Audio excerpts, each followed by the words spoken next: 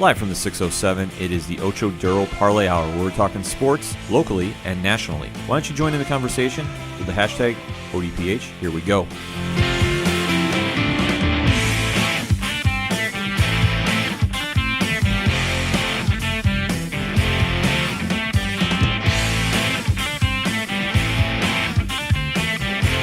And welcome back to another edition of the Ocho Duro Parlay Hour. I'm your host, Ken M. Sitting across from me this week is the one and only intern himself, Padawan J. Hello, hello, hello. Folks, it's been a while, so let us catch up on the sports news that you need to know about. Hashtag ODPH if you're doing it on social media. The biggest news story of the week has to be the NBA. Yeah, and not because of the Warriors winning the championship. No. We are now in the off-season, so two big events have happened. The draft, which we'll get to a little later in the show, and Phil Jackson left New York. Oh, wait, sorry. Well, that is always an event. That is always an event for me.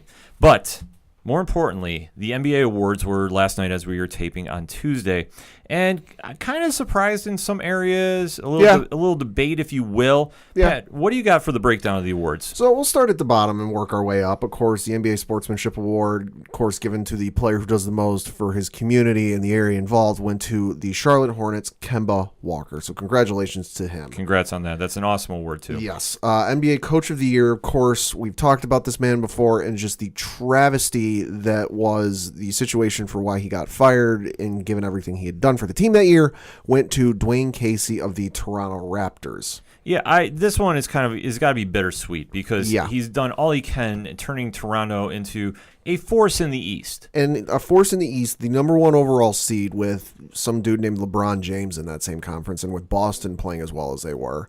And leading that team to, like we said before, it was a franchise record in wins. And I'm looking at the breakdown here. Casey got 39 first place votes.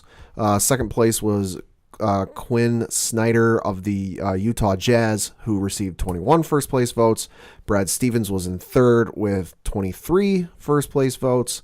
So, total points, of course, they break down, your number of first place votes gives you, first place gets you 5 points apiece, second place 3 points apiece, third place 1 point apiece. Dwayne Casey finished in first with 292 points total. Quinn Snyder finished in second, as I mentioned before, with 217 points. So it wasn't exactly close. No, it wasn't, but Casey definitely did his work in Toronto. Yeah. I mean, like we said, to make the team really relevant and stand out, especially when you're in the shadow of LeBron. The Celtics have always been good. I mean, under the Danny Ainge regime. Well, and the other thing is you're under the shadow of not just the East, but the entire NBA. Yeah. I mean, you got the Greg Popoviches, you've got everything going on with Golden State, and then you had Mike D'Antoni in Houston. There was some definite contenders. Oh, absolutely. But Casey, in doing what job he did in Toronto, I mean, was truly remarkable. I mean, albeit it didn't pan out for whatever reason. Yeah. When they go up against LeBron, it's just they can't pull off the win. No. They can't.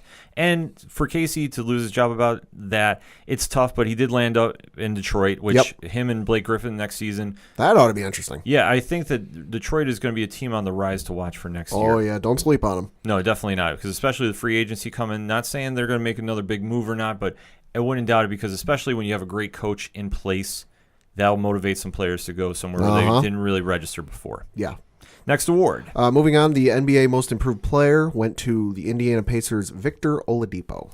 I tell you what, he is a superstar on the rise. Yeah. And the scary thing is, where did he originally play? Was it in Orlando? I think it was Oklahoma City, because that was part of the Paul George trade. Oh, yes. Yes, you're right. And if you want a scary statistic, I think Victor is going to be a future MVP. Yes. At some point. And if you just want to take the breakdown of James Harden, came from Oklahoma City, drafted. Mm-hmm. Russell Westbrook, drafted from Oklahoma City. Kevin Durant, Mm-hmm. albeit though it was Seattle, but in right, Oklahoma City. Same franchise. The Oklahoma City draft team has to be commended for the jobs they do, because they find future MVP players. I saw this last night. I can't remember who posted it on Instagram, but I saw it was like Kevin Durant drafted whatever year, MVP. Who was it? Russell or James Harden, whoever it was, drafted next, MVP. Then the third one, drafted after that, MVP. Oh, yeah, absolutely. It's just one of those things when you have the right people in place that can find the talent and that you can really make the transition over from college to the pro level. It's really remarkable. And the job that he did in Indiana this year, I mean, they almost beat LeBron. Oh, yeah, they had him on the ropes. They had him on the ropes. I mean, they're just still a young team. Yeah. But they're one on the rise, and when you have a future superstar like you do with Victor, the sky is the limit. Oh, absolutely. Next award we got up? Moving on, the NBA Defensive Player of the Year went to the Utah Jazz, Rudy Gobert. Okay. Well, he had a great year too. I mean, the Utah Jazz, if we're talking about teams they're on the rise, Utah is definitely. I don't think anybody saw him beating Oklahoma City in the playoffs. No, absolutely not. No, I mean, it's just one of those things that when you're looking at the matchups on paper, and especially with how stacked Oklahoma City was with Carmelo, Westbrook, Paul George, you don't think a team that is just, flying under the radar in the West too, because especially the West is known for the powerhouse teams. Oh, yeah. But Utah definitely was making statements this year. No doubt. And, I mean, Gobert had a great year, and, I mean, it showed in the award that he got, and, I mean, the future is looking real bright out West, too. Absolutely. Next award you got? NBA's Sixth Man Award went to the LA Clippers, Lou Williams. Congratulations to him. Absolutely. The Sixth Man Award, it's kind of crazy because, when you think about it as a team role, this is just somebody that's just on the starting role, but they still make an impact on the team no matter what you do. And, this is obviously, for years, it's always been the Manu Ginobili Award.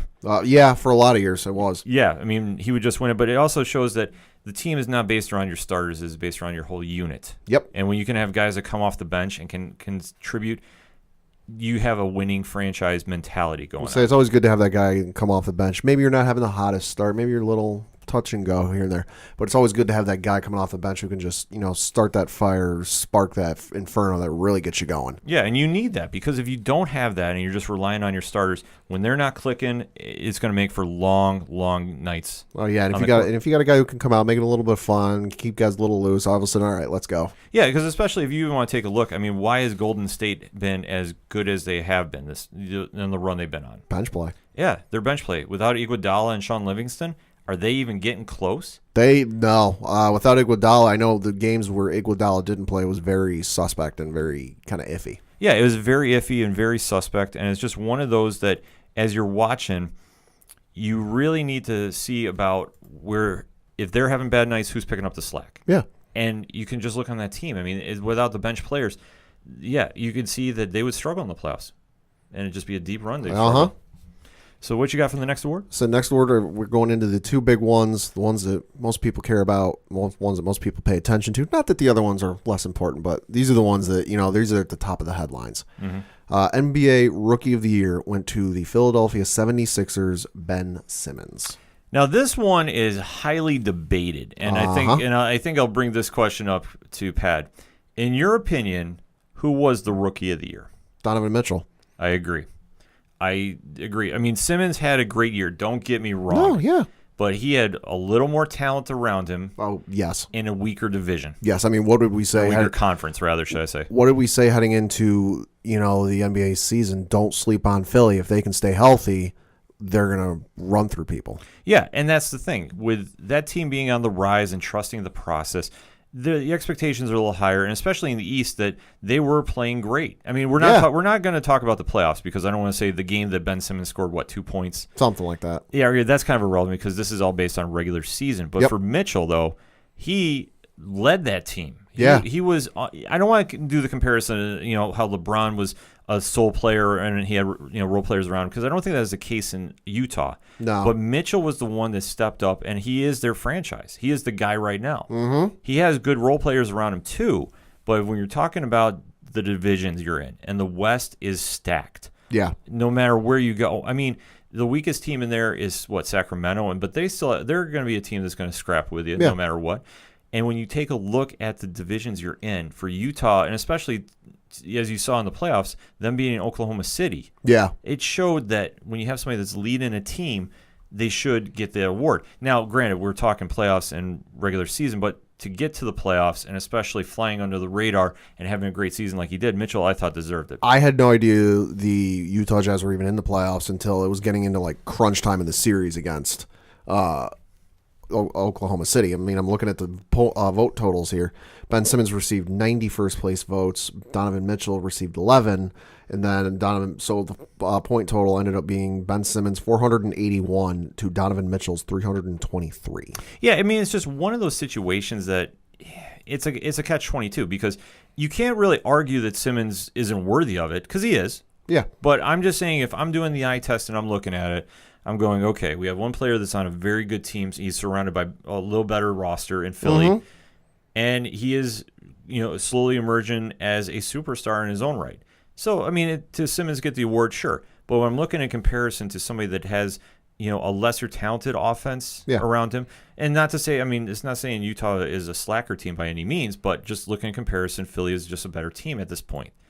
To see Mitchell and the job he did this season, and especially in a deeper, contested division as the West is, I think he should have won it. Oh, absolutely. But you can definitely hit us up on hashtag ODPH and let us know what you think about that award. Going to the next one. The last one, the most important one, the most valuable player award. Now, this is the one that usually gets the most talk, most debate, and was highly debated throughout the season, into the playoffs, into the finals, and even up until the award was actually announced. The award went to James Harden of the Houston Rockets. I can't argue it, and I can argue it. Okay. So I guess I'm looking at it like this. As we talk about your division powerhouses, and the West is obviously the strongest of the two in the NBA. For Houston, they got the number 1 seed. Now, granted, it's the regular season and it doesn't really mean much in playoffs, but Houston got there, on James Harden, really taking a hold of that team, and finally he got some help with Chris Paul. Yeah. That he really made a next step, I guess. He's always been a great player, don't get me wrong. No doubt about that. But to get the number 1 seed, especially when you are in the shadow of Golden State. I'm saying Golden State looking like, the only people that can beat them are, the 90 whatever Bulls. Take your pick. Yeah, the 96 Bulls. 96 Bulls, 95 Bulls. Take your pick. Yeah, absolutely. But when you're standing in that shadow and you emerge as the number 1 seed, and I mean, like we say, seeding really doesn't mean too much, but for Harden to lead that team to the record that they did, and just the contribution that he was doing every night in every game, it makes sense to give it to him over LeBron. But I can argue the point for LeBron that he played, 82 games? He said he played every game this year. He played every game.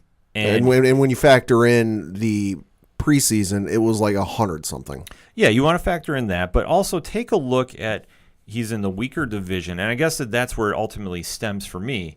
Is he's in the weaker division, but he had a less talented roster around him, and he still got there. Because remember, at the trade deadline, he had a brand new team.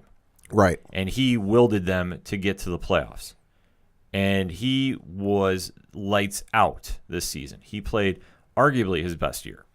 But if you're looking at the comparison of the divisions, I mean, I have to go with it. If I'm looking at comparing the rookie of the year and I'm saying, well, the division you're playing matters more, then I have to give it to Harden. Yeah. But I can argue the point that LeBron played every game, and he is the sole reason Cleveland got as far as they did. But we're looking at the regular season. Yeah. What was Cleveland's seed in the playoffs?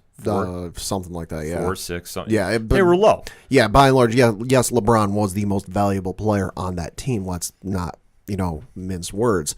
If without LeBron, that team is like bottom of the conference and talking about number 1 overall draft pick. Yeah. If we're being real. But when you look at everything James Harden did, I mean, I go back to that crossover he did on, I forget who it was, I think it was Washington. And it's just the buzz and everything Harden was doing, where by and large it was Houston throughout the entire regular season. The Clippers game, that's the one you're thinking of. Yes, thank you. But you just look at what was the story the entire regular season outside of LeBron James? How good the Houston Rockets are playing. Look at the run the Rockets are on. Oh, they got the number 1 seed. Oh, they got this. That was what you heard about. Absolutely. So, I mean, going with that, it's going to play a factor into this offseason coming up. And we're going to talk next segment about the free agency. But there was also another big event that happened since the last episode, and that was the NBA draft. Yeah. Now, there was a lot of moves going on, and we're just going to kind of dabble into it a little bit because always the NBA draft is kind of very unique because it's not like the NFL draft. I mean, it's not a huge ratings event. It's not a 3-day stretch. So you're not seeing a week-long media coverage on ESPN or Fox Sports, leading up to it, breaking down every single potential pick. No, but as you're looking at it, this is a draft that was very deep up top. Yeah. And for Phoenix, I thought they came out with a steal with Ayton. Well, so you're drafting a 7-foot, 250-pound center from Arizona.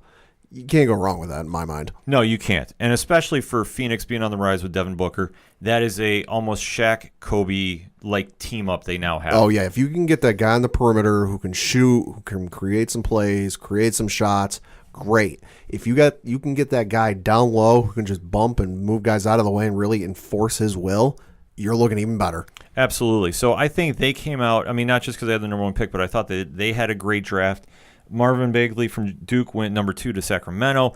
I mean, that's to be seen. I'm not sure, if he's going to be the impact guy to turn that franchise around, but he's a great player, so he will definitely help out there.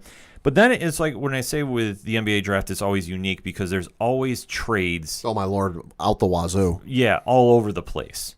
So Atlanta originally drafted Luke Doncic, who was from Real Madrid, Spain. 6'7" point guard. Yes, who I think was the best player in this draft. Now that I'm thinking about it, I didn't realize this when the draft was going. That's a large point guard. Uh-huh. Holy moly. And the fact that they made the trade with Dallas, who drafted Trae Young from Oklahoma at 5. Right, because this is the weird thing with the NBA draft is, whereas in the NFL draft, you can have teams trading picks. So if Cleveland is drafting, 6, and they want to move back in the draft because there's really not anybody they like where they're at, they can go to Green Bay and go, hey, you want our pick? We'll take your pick. So they swap, and now, Cleveland's drafting 15 or something like that. But in the NBA, they can trade picks, but they can also trade players' rights. Yeah, it's just kind of one of the weird factors, I guess, with their draft that you don't see anywhere else. It's like, because you could see, you have the players come up and they get the hat from the commissioner and they shake hands, they get the photo, and then they go to interview NBA TV and ESPN, and they're standing there with the hat, and in like 30 minutes they were just on stage wearing that hat, and all of a sudden, oh hey, remember that hat? Give us that back. You got this one now. Yeah. So it's one of those kind of weird things that goes on that when somebody's drafted, are they going to stay there the entire night? Right. That's always the question. But I think Dallas made a steal here. Absolutely. Because they're going to be a team on the rise, and especially with Doncic coming over, he has a perfect mentor in Dirk Nowitzki. And I think that can only help him. So you got to figure Donic's a big Dirk fan, and he's just going to pick his brain every moment he can. Yeah, and I think that for what Dallas is doing, they're going to be stepping up. I think they've been flying low for a little bit now, but I don't doubt the Mavericks making a good run next season. Yeah, they've been kind of under the radar for a couple seasons. Yeah, because I think the West is kind of, you're starting to see a little bit of parity now, but especially with the teams that drafted well in this draft, like the Phoenix, like Dallas, you're going to see teams on the rise, and I think you're going to see a little more parity going on. Okay. Which, like I say, for Golden State, winning is one thing, but to maintain it is another. And obviously, as long as they have their core 4 guys, they should be okay, but they also need to make sure their bench is re-signed as well, as we talked about the impact of that this segment, rather. So going into looking at the draft, the Orlando Magic drafted Mohamed Bamba from Texas, who arguably was another big name for the draft. Oh, yeah. So I think he can only help turn that franchise around, too. I think he'll have a very good impact. I know a lot of teams were looking at him, so to see him fall to 6 was, I think was kind of a little crazy because I thought there would be some trades up. I think the Knicks were kind of looking at him at one point. There was talk and rumor they were looking at him. And there was even talk that they were looking at moving up, but nothing really panned out. Yeah, nothing really panned out from the 2 teams I thought would make the moves. The one being the Knicks, who stayed at 9 and drafted Kevin Knox from small forward from Kentucky, which as a Knicks fan, I'm not saying it's a bad pick. I didn't have the boo birds out like when Porzingis did, and I do apologize for that to this day. I'm convinced the fans were booing. Of course, the fans were booing during the pick again this year. I'm convinced they weren't booing him because they hate the pick and they think it's bad. They're just booing because they booed Porzingis, and look how that turned out. Yeah, absolutely. But I think for the Knicks is they need a couple moves to happen for him to really get back in the playoff talk. I mean, it's one thing to just be a team on the rise, but it's another to get to playoffs because when you have Porzingis, you need to give him some people around him to help. I think what they should have done is they should have drafted a guard. Now, they didn't do that in the draft. I'm hoping when free agency kicks in, they can get something going. I'm sure they will. Or there is the pipe dream that I have that Kyrie Irving is leaving Boston because he hasn't signed his extension yet. That's true. And he's always talked about coming back home and playing at the Knicks. That's true. I mean, I won't say I'm a fair weather Knicks fan, but I find it hard to root for them at times, especially how bad they've been over the years. The one playoff year being the exception. I like the pick because I look at it, okay, yes, it's Kentucky. Yes, Kentucky is a one-and-done machine. Mm-hmm. But in my mind, I kind of justify going, okay, yes, Kentucky's a one and done machine, but they don't just pick anybody who just says, oh, I just want to come through you to get to the NBA. They do draft or pick a certain class of talent to come through those doors. Oh, absolutely. I mean, you're not getting any slouches coming through Kentucky. No, so I figure you got a guy coming out of Kentucky. He's got the talent. He's got the potential. Will it work out? We'll see. We'll see. I mean, just for where he was taken, though, I think some people thought it was a reach, but I think for the Knicks, they're looking at it like, okay, maybe they thought it was best player available, and obviously he's not a slouch, so he can definitely help contribute. And I think at this point, whatever you can kind of do to help improve the Knicks is a good move. Mm-hmm. So I can't argue it. I just want to see what he's doing, but he's doing the right things, and I know Porzingis immediately shot him a tweet, I believe, and said, hey, they booed me when I showed up and look what happened. So as long as he puts the work in, I think everything will be okay. But they still need to get a point guard, though. Absolutely. And if it's Kyrie, it's Kyrie. The other team I thought, though, as we wrap up this segment, is Cleveland. I thought was going to make a move up, but they did draft Colin Sexton from Alabama as their point guard, which is it enough to keep LeBron in Cleveland? Colin Sexton's hoping it is. Yeah. He made a pitch like almost immediately.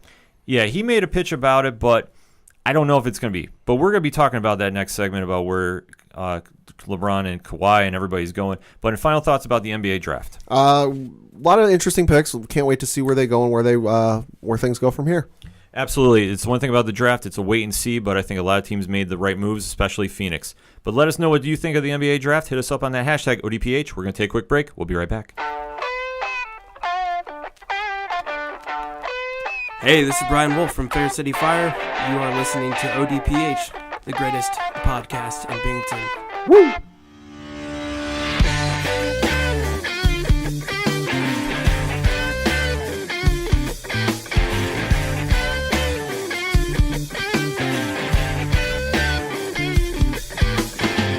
Hot lips touching, cool thighs feeling, shawty running out, her spine spinning, long day to a long night, but I'm not stopping till I get it right. Coming back for segment number 2 on this week's ODPH, and we're still talking the NBA, but now it's time to talk a little free agency. Pat, you got some dates for us? Yeah, it's coming soon. Of course, NBA free agency starts at midnight Eastern on July 1st, but of course before that, on June the 29th is the deadline to exercise player, team, or early termination options.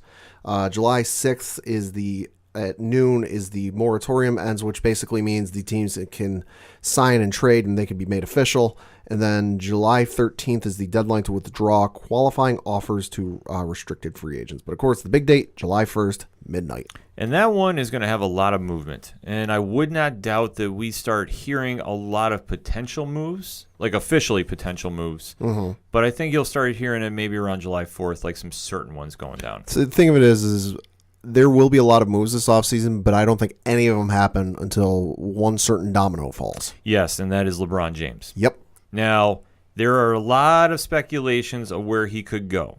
Sacramento. And we've talked about it. Sacramento is an option, but I don't think he goes there. No. I think if you have to choose between 4 teams, Pat, where do you think? If you had just rough shot 4 teams that are, potential for him, where do you think? Houston, Philly, Lakers. I can't think of a fourth one. Knicks, sure. Okay, you say Knicks. For me, I think Philly is an option.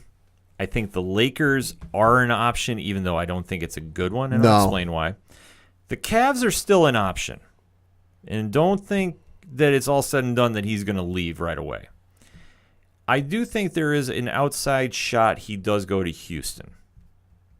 It'd be interesting. It would be interesting, but I think that as we break this down for you, he's done all he can in Cleveland, and the current roster he has is not going to get the job done. Yeah, it's less than stellar. I'm sorry to say, it's not going to get done.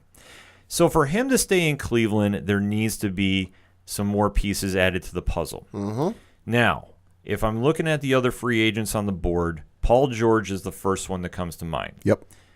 Can they pull him coming into Cleveland and still keep Kevin Love, and then that is your 3? I don't know. I don't think so. Just money-wise, I don't think so. No, then you have to find some team to take Love. Because if you're going to just implode the entire team that is now, you have to really implode everybody with, obviously, except Colin Sexton, who just got drafted, unless you want to move him, because, they have done that in the past. Yeah, they've done that. But I'm seeing if you want LeBron to stay there, you have to get another point guard and you have to get Paul George. Yep. If you don't do that, he's not coming there. No. And I'd love to see him stay. I don't think he should leave. I think the deal with the Lakers, on paper, a lot of people are salivating because, it's the Lakers, it'd be the return to Showtime, but I don't see him contending or wanting to be in the West where you have to get through Golden State just to get to the finals. So you got to get through Golden State, you got to get through Houston, you got to get through X number of teams. Yeah, I mean, the West is very deep. Now, it's not to say he wouldn't be up for the challenge. LeBron definitely would be. And it would be a challenge. It would be a challenge, but I can't see him saying, okay, let me try working out another super team to contend with a Houston super team. With a lot of players on the team that are up and coming, not quite ready yet. Yeah, well, I think if he goes there, Lonzo Ball is gone. Yep. I think that's a no-brainer if he's coming to the Lakers. But I think that you would get him. I think Paul George is going to go where he is, no matter what. I think that is a all but certain deal. Yeah.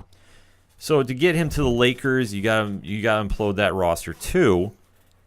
Does it make sense to do that? I don't know. But like I said, it ultimately comes down to, does he want to go to the West? And I'd say maybe. I mean, I just don't think he wants to do that challenge at this stage of his career. No. Because why? I mean, to go through Golden State every year, and I mean that's your NBA Finals right there. Right. Team? If it's going to be the Lakers, it's going to be the Lakers versus the Warriors. That's your finals, and then whoever's left in the East. Thanks for playing. Yeah, pretty much, because it just doesn't make sense to me. No. I can't see him leaving the East. I mean, granted, it'd be a nice story if he goes to Houston. You can pair him up with Harden and Chris Paul, and then see what happens there. But like I said, I don't think he goes there because I don't think he can work in the D'Antoni system. No. I just don't see him adjusting to that. No. So that eliminates your two teams out west. Philly makes sense on a whole lot of reasons because it's the same reason he left Miami to come to Cleveland. They're a team on the rise. They got a lot of young talent. Can they do something in Philly? You'd have to move somebody. I'm not exactly sure who, but you could definitely work that in Philly. Plus, it works in his favor where he is still playing in the prime, albeit starting to get on the back half of his career. But he's still playing at an elite level, whereas you have the young guys who are still up and coming. So when LeBron starts that inevitable downward decline in playing ability, you've got the young guy. Okay, he can't play at the level he used to. He's got all these tread in the tires. He's got all these years. It's, what have you. You've got the young players like, your Joel Embiids and your Ben Simmons who are now hitting their prime and they're hitting the best years of their career where they can share the workload. They can take the workload and LeBron can just do what he does. Yeah, and I think that makes a lot of sense to do. I mean, we've talked about this. I know I have at least on previous episodes. But I think Philly is the ideal destination if he wants to stay in the East if Cleveland doesn't implode the team and just say, LeBron, okay, play GM with us. Yeah. Who do you want? We'll make it happen. If they do that, I think he stays. And I think it makes sense for him to stay. I mean, he's beloved in Cleveland. If he does leave this time, as long as he doesn't have a press conference decision special like he did last time. Oh, God. As long as he doesn't do that, he doesn't owe anything. He has done. The fact he came back to Cleveland showed he wanted to do it for the city. And you know what? He brought you a title. You can't be mad at him. You could be upset for a couple days, but you have to say thank you for coming back and doing what you did. Now, if the team is going to be the current roster he has right now, there's no purpose for him to come back. No. They need to do some shifting on that. No. So that being said, if I'm going to make my official ODPH prediction, he stays in Cleveland. Yeah. That'll be mine. And obviously that just rules out what I was going to say about Paul George, who's the next big domino piece on the puzzle. I think he goes wherever LeBron is. More than likely. And I think that makes sense for him. The thing of it is, though, is I would not count out the Lakers in that option, in that deal, because we know how much was spoken about him and the Lakers last offseason. And how much he wanted. Basically, it was hey, I'm a 1-year rental for you guys, and after that, I'm gone to Los Angeles. But you know what? I think he liked playing with Westbrook. That was the X factor, of course, when we spoke about going into the NBA season was, you've got George for one season, but can they convince him to stay? And I think based on how well they did, I think they can definitely pitch him, hey, look at how close we got before. It would make sense if he decided to stay. I mean, they're still going to have Melo, who opted in for, $27 million? Something absurd that I cannot fault him for opting in. Yeah, I can't fault him for either. So you're still going to have Melo. You're still going to have Westbrook. I mean, Oklahoma City is still going to be in the race. Yeah. So it would make sense if he stayed there, but I think that he's going to follow LeBron, no matter where he goes. Now, I know that he's always said he wants to go play for the Lakers. unless they completely revamp their roster. I can't see that happening either. But I'll just say my official ODPH pick is he goes to Cleveland with LeBron. So next up, who we got? I'd say Kawhi Leonard. Kawhi Leonard is now one of the more intriguing cases of free agents in recent history. I'd say so, yeah. The only thing that I can remember was somebody getting shipped in the offseason, not necessarily under the same terms, was Ben Wallace. You'd have to say, or when Shaq got traded from the Lakers to Miami. Yeah. This just, you don't hear about stuff going toxic as bad as it has between a player and a team, especially one with San Antonio's pedigree. Right. You don't hear about that. So the fact that they're on such a discord is, really puzzling. And I've been trying to wrap my head around it and trying to figure out where would he go? And honestly, I know he wants to go to the Lakers. I mean, I think everybody's been linked to the Lakers. Yeah. But Heck, even I've been linked to the Lakers. But if you're talking San Antonio, why would you send him to a rival team? Yeah, no, that makes no sense. It's the same reason Green Bay didn't want to send Brett Favre to Minnesota when he wanted out of Minnesota. Or Green Bay, excuse me. Yeah, I mean, it doesn't make sense. Why would you help your rival? Nope. That makes no sense. So my unofficial ODPH pick is he goes to Boston. Ooh. I think they work out a deal with Danny Ainge and company, and I think that he winds up playing for the Celtics. That team was already good enough as is. I mean, they made it, the Eastern Conference Finals without Kyrie, without Gordon Hayward, and all the young talent they had. You bring back a healthy Gordon Hayward, you bring back a healthy Kyrie, you bring in a Kawhi Leonard. Good God. That's the only thing I could see. I would see him going to Cleveland, except the only problem there is you got to move a lot of money. Well, you got to move a lot of money, but what are you going to give up? Yeah. And honestly, is there anybody on Cleveland's roster that is really screaming at San Antonio to add? No, but then again, Popovich isn't exactly, I would say, your more conventional coach. So he might see something that we have no idea. Well, he might. I mean, he might see, like, Larry Nance Jr. would be a good fit for them, I think. I don't know what you want to do with Clarkson. But I think for them pairing him with LeBron, unless everybody just goes to the Lakers and tries it there, but I just don't see it. I mean, I just don't. I mean, it could happen. It can quite possibly. But I think Boston has enough assets to move. Yeah. And I wouldn't doubt, I'm not saying they're going to do it, but I wouldn't doubt them trading Hayward in the deal too. That'd be interesting. Yeah, I mean, it'd be a weird thing to happen. And especially, you still don't know about Kyrie. He still has not opted in. I still say he comes to the Knicks, which... Oh, please. It'll be a glorious day when that happens. So, I mean, looking at that, that's your big three that are going to be free agents. I mean, there's a couple more. Clint Capella, I think he stays with the Rockets. I don't think he moves. And then DeMarcus Cousins. Boogie is an interesting case because I could see him move. I think he stays. I think he stays, though. But you know what? What if you threw him to the Knicks? Oh, it would be interesting. Him and Porzingis down low. I'm just saying, you got Kevin Knox you just picked up too. And Lord knows Enes Kanter would be more than willing to share playing time with Boogie. Well, Kanter has not opted in as we are recording yet. Okay. So, I mean, he might have opted in as we're recording, but I've heard that he is not. So, I mean, you do have some wiggle room there. But I could see him staying with Anthony Davis down in New Orleans. I mean, that makes sense, too. You got the Twin Towers. You just need to get solid point guards down there. And you could definitely make some moves. And the other big free agent that is going to be out there is DeAndre Jordan. The human highlight dunking reel. Now, if he leaves the Clippers... Which I will not fault him for. Yeah, which I wouldn't either. I think he's out no matter what. Where do you think he goes, Pat? I'm guessing someplace east. Get out of the Western Conference. Western Conference is just a insert, metaphor here. It's just a nasty place to try and get through to get to the NBA Finals. Yeah, I think the Eastern Conference would be a good fit for him. I could see him going, if LeBron stays in Cleveland, maybe throw him down there. Yeah, I think DeAndre would be more than willing to work out some kind of deal where he can get out there. Yeah, because if you're throwing players together like Paul George, DeAndre Jordan, and LeBron. Holy moly almighty. All right there's your team in Cleveland. There would be a lot of alley-oops getting thrown. Yeah, but it could work. I mean, and I think that would make a lot of sense, too. There'd be a lot of posters getting made, too, now that I think about it. Yeah, or, you got to look at a team like the Bucks.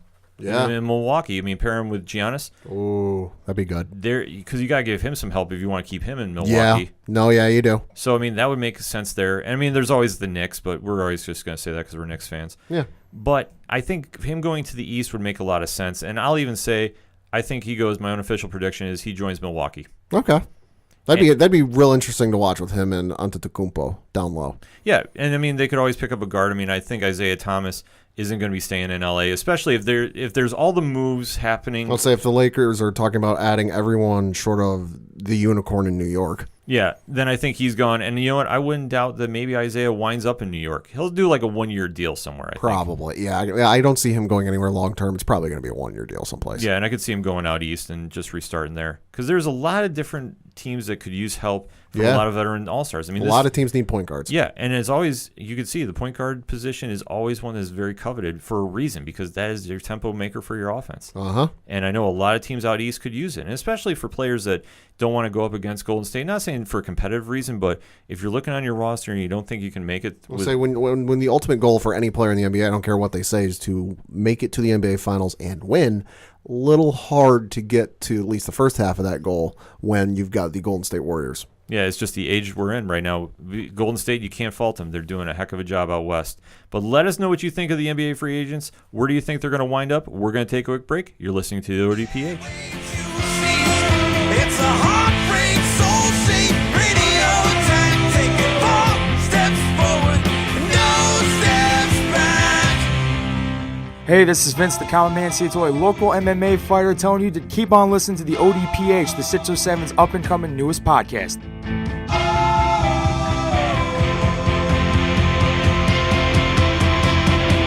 We knew right where we'd be, floating on the airwaves, you see. It's a heartbreak, soul-shaped radio attack. Taking 4 steps forward and no steps back.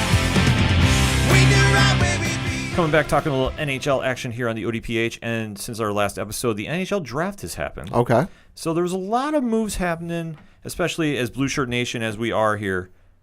We have a lot to discuss about that. Okay, Now, go on. Now, the Rangers, I'll get to it in a little bit, but I just got to say Buffalo, I thought, had a good draft, and as much as this pains me to say, I thought the Islanders had an amazing draft. I know that's killing you inside. It is, because it's the Rangers, and they're rivals, and it just drives me nuts. But I can deal with it because Buffalo, they finally got the number 1 pick, and they got Rasmus Dahlin, a defenseman from Sweden, who is going to be, I don't know if he's going to be the savior of the franchise, but I think that he's got a lot of potential to turn that organization around. It's definitely a bright, sparkling gem. It is, and especially the city is rallying around him too, because they really want to see that the Sabres do well. I'll say, because we know anything about Buffalo fans, and not counting yourself, but the folks that live in Buffalo and go to the games and everything else, they are very diehard. They are very diehard, and especially hockey has a very rich tradition up there. Yeah. So to see the Sabres, starting to make the turn,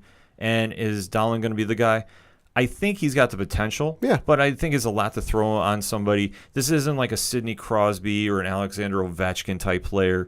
This is going to be somebody who's going to make some moves, and he's definitely going to show a lot of potential. But it just might take a little while. It's going to take a little while, and I think if anybody's expecting him to be the number 1 guy right away, I don't think it's going to happen. I really don't. I don't think it's a fair thing. But I think that if they get him, they have a lot of young players up there.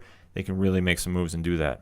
I also thought that the Detroit Red Wings had a really good draft. Okay. Now they got Philip Zadina, a right winger, in the 6th pick overall. Okay. And they got center Joseph Volino in the end of the 1st at number 30. So I think they're going to be a team that they're going to start sneaking back in there. I mean, you want to talk about hockey tradition.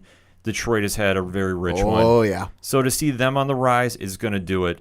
And, they usually bounce back. The one thing about the hockey drafts is when they draft well, it doesn't take too long to do a turnaround. Right. It isn't so much like when you're in the NBA and you misfire on a pick that it haunts you for years. We'll say we're like MLB, they've got the draft, but team rebuilding, it takes a couple of years. Yeah. With hockey, usually teams have everybody down in their farm systems for a while, and if they're not ready to go, then they're not bringing them up. Right. So obviously teams are going through kind of transition phases. So to see that, Detroit is going to be, they had a really good draft. I think they can definitely make some moves and jump back in things. That's really nice to see.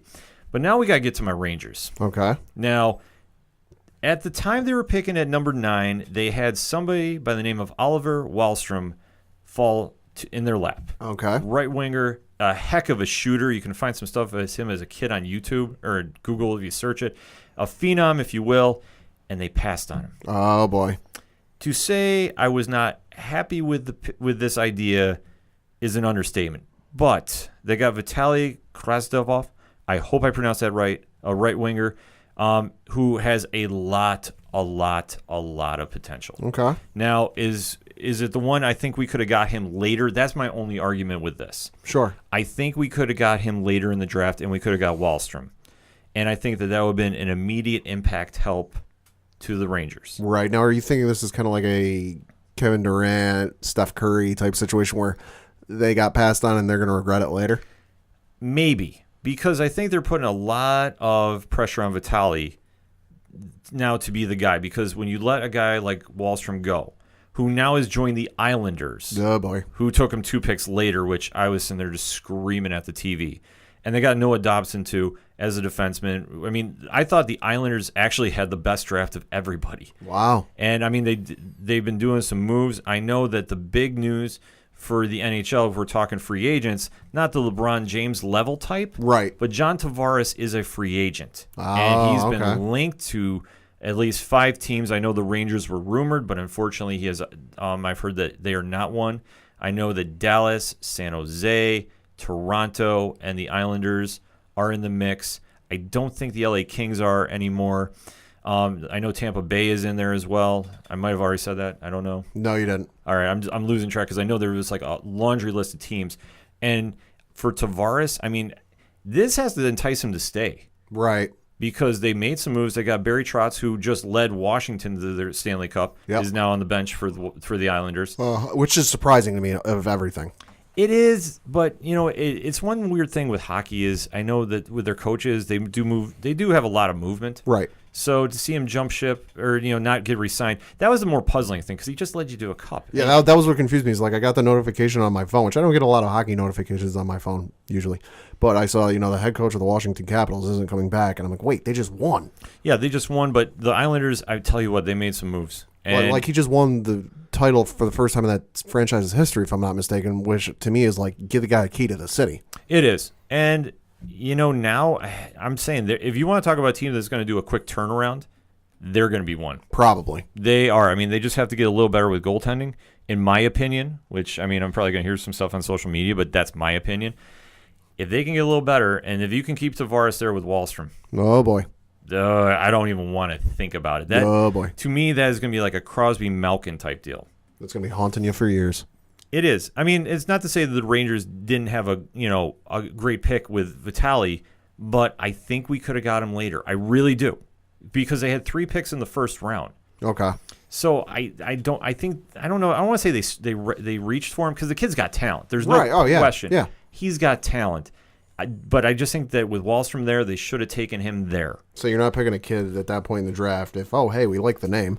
No, they've obviously got talent. Right. They got, I mean, he did do a lot of, impressive numbers before the draft. So I think that they have to get him out of his KHL contract, which I think he can get out of this year and join the club. Right. And he would be in the AHL, I believe, to start. And then they kind of go from there with it. But I'm not sure. I mean, that's not 100% guarantee that's going to happen. Right. So for the Rangers, I'm looking at it you got to do some moves now. And I think Wahlstrom would have been the guy. But it didn't happen. But I'm just hoping this doesn't come back to haunt him. And I'll tell you what, if Krastov does become the guy, I will eat my words. And if he can double whatever Wahlstrom's doing, that will just even prove that I don't know anything about hockey and the Rangers do, and I will never question another pick they do. But the Rangers also had 2 great picks late. They got Keandre Miller, who's a defenseman. I tell you what, that kid is going to be a superstar. Oh, I believe it. I'm super excited to see him in the Garden. And they got Niles Lundqvist, who I don't believe is related to Henrique. There could be distantly. You never know. There's kind of a difference of spelling, but they did address their defense issues, which I liked. I know Ryan Merkley got picked early by San Jose right before Keandre Miller did. So I think that was the guy they were eyeing, but since he was off the board, it was one of those, whoever we think the best player is. I know the next day of the draft was kind of a little questionable for the Rangers, but I did love what they did the first round, and like I tell you, I think the Islanders, as much as it pains me, they had the best draft. And now to see what they do in the free agent market, if they can get Tavares to come back, I tell you what, you have a very fast-rising contending team in the East, without question. Oh, no doubt. Because now Tavares has got some major help with him. And like I said, if they can just shore up the goaltending, they'll be great. And, man, I don't even know where they go from there. I mean, Buffalo is going to be improved. There were so many teams that had a good draft that I really didn't sit there and question anybody specifically.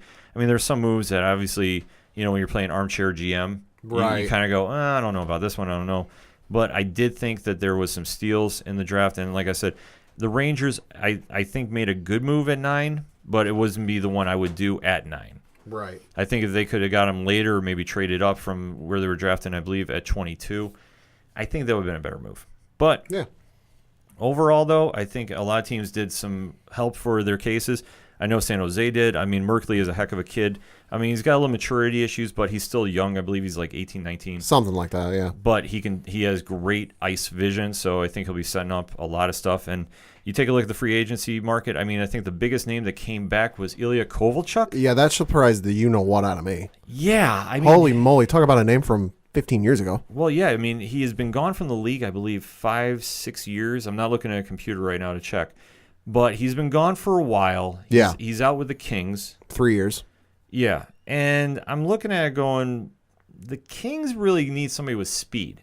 Kovalchuk has never been like a burner. No. Heck of a shooter, though. Yeah. Their power play is going to be looking very scary. Well, it's like, because if I read the article I saw right, it sounded like the last 2 years in the KHL, he led the league in scoring. Yeah, he's still doing work. I'm not saying that he's way past his prime, but I think for what the Kings were looking for, I don't necessarily know if he's going to really fit the offense like right away. It'll be an experiment, that's for sure. Yeah, it will be an experiment, but I don't think it's an awful pick by any means or awful signing. I think it's just going to be one that's going to be a wait and see. Yeah.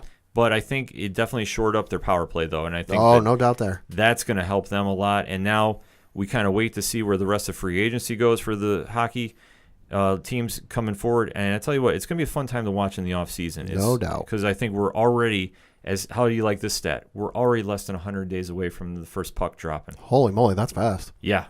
This is how great hockey is. There is going to be a very quick turnaround. So get ready, folks. But let us know what you think. How did your team do in the NHL draft? We want to know. We're going to take a quick break. We'll be right back.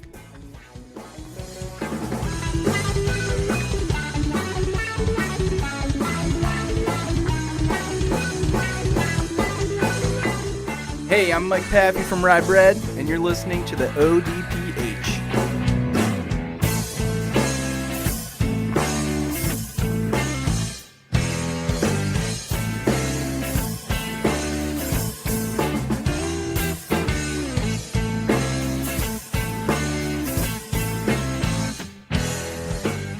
Coming back for the final segment on this week's ODPH. And, Pad, what you got to start for the local minute? Well, get a little bit of Rumble Ponies news, of course. They are in the middle of a 4-game set against the Trenton Thunder at home. Of course, as we're recording on Tuesday, they're at home. They are also playing at home against them on Wednesday and Thursday night. Both games, 6:35, so get on down to NYSEG Stadium if you can get there. Then, looking at the standings, they are currently sitting in 4th place, 7.5 games back of 1st place. Not doing that great, but hey, it's a long season. They're not out of it yet. No, definitely not. The games have been a lot of fun to go to. I know the panel has gone to quite a few this season, so definitely you've got the chance. Get down to NYSEG Stadium, bingrp.com for more information. So now we got a little round of those bases action to start, and there was a UFC card this past weekend over in Singapore. Yeah. With a lot of good fights going on. The women's flyweight division, Jessica Ai defeated Jessica Rose Clark by decision in a highly contested match. In the light heavyweight division, Oven St. Peru submitted Tyson Pedro in the first round. Oh, wow. So OSP has done it again. I mean, he's got a lot of arm bars. He made sure it happened this time around. It's like he's making a trophy wall of them. He's doing it. I mean, he's still hanging in the top 10 there. So, I mean, obviously this can only help his case. And in the main event in the welterweight division, Leon Edwards defeated Donald Cowboy Cerrone by decision. Man. Cerrone, though, was very sick before this fight. Oh, okay. And he actually denied the advice to sit this one out and went in. Well, of course he did. Well, yeah, it's Cerrone. It's Cerrone. He's not going to back out. So, but Cerrone can have a broken leg that's missing and he'll still fight. Yeah, no excuses, though. I mean, Leon definitely won the fight, and Cerrone, he made no excuses. He said, yeah, I was sick, but you know what? I still got in the cage and fought. So no excuses there. Not sure what's going to happen with him after this. But we have International Fight Week starting July 3rd, I believe, in Las Vegas, leading into the big UFC card. Oh, boy. Which we have a little treat for you, the listeners. We have joining the studio panel next week the King of Lisle, the Gladius Fights light heavyweight champion, Luke Vizengard, and our favorite MMA fighter, the one and only common man, Vince Ciotoli. That'll be something to listen to. It is definitely going to be must-listen podcast listening. I don't know how else you want to describe it. Get your popcorn ready. It's going to be a heck of an episode next week. And they're going to break down Luke's MMA background. If you don't know Luke, you're going to get very familiar. It's a great story. And they're going to break down the entire UFC card of Miocic and Cormier. So get ready. Pat, and also before we end the MMA note, Rashad Evans actually retired this past weekend. Yeah, congrats on a great career. Great career, and I tell you what, he's great on commentary. So, so we're not going to see the last of him by any means, but Sugar Rashad Evans has definitely ran his course through the MMA. He's former light heavyweight champion, and you know what? He had a great career, and can't wait to see what he does in the broadcasting booth. Yep.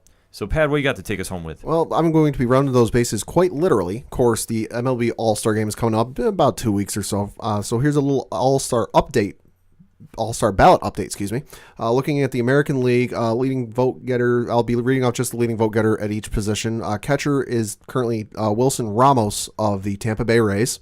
First base is Jose Abreu of the Chicago White Sox.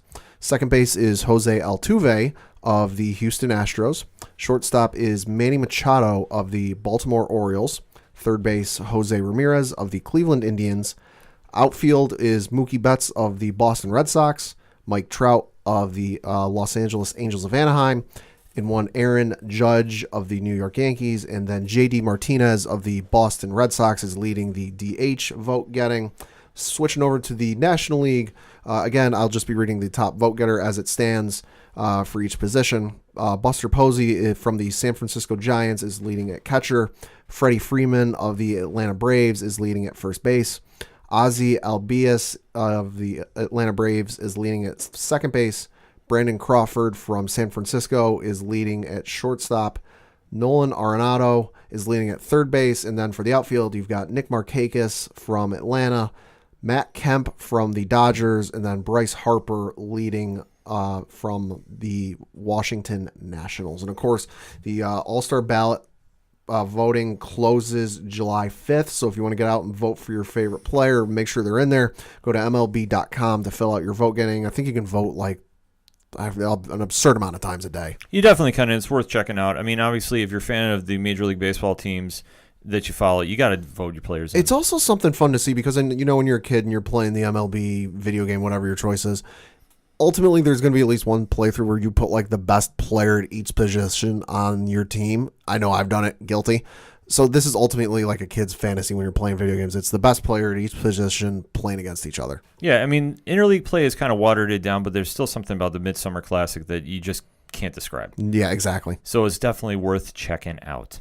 That's all we got for this week. So for the intern himself, Padawan J. Thank you. I'm your host, Ken M. Thank you as always for listening to the ODPH. We'll see you next time.